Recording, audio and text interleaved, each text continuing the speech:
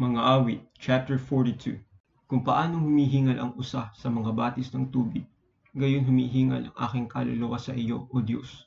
Ang aking kaluluwa ay nauuhaw sa Diyos, sa buhay na Diyos.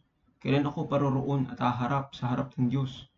Ang aking mga luha ay naging aking pagkain, araw at gabi, habang sila'y laging nagsasabi sa akin, nasaan ang iyong Diyos? Kapag naalala ko ang mga bagay na ito, ibinubuhos ko ang aking kaluluwa sa akin, sapagkat ako'y yumaon na kasama ng karamihan. Ako'y yumaong kasama nila sa bahay ng Diyos, na may tinig ng kagalakan at papuri, na may karamihan na nagdiwang ng kapistahan. Bakit ka nalulumbay, o kaluluwa ko? At bakit ka nababagabag sa akin? Umasa ka sa Diyos, sapagkat pupurihin ko pa siya dahil sa tulong ng kanyang mukha. O Diyos ko, ang aking kaluluwa ay nanglulumok sa loob ko. Kaya't aalalahanin kita mula sa lupain ng Jordan at sa mga Hermonita, mula sa burol ng Mitsa.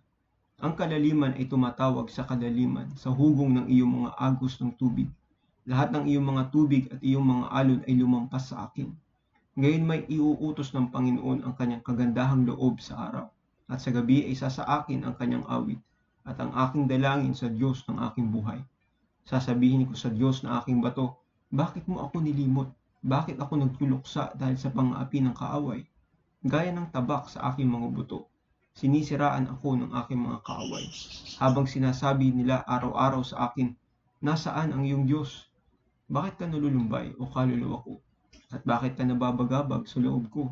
Umasa ka sa Diyos, sapagkat pupurihin ko pa siya, siyang kagalingan ng aking mukha at aking Diyos.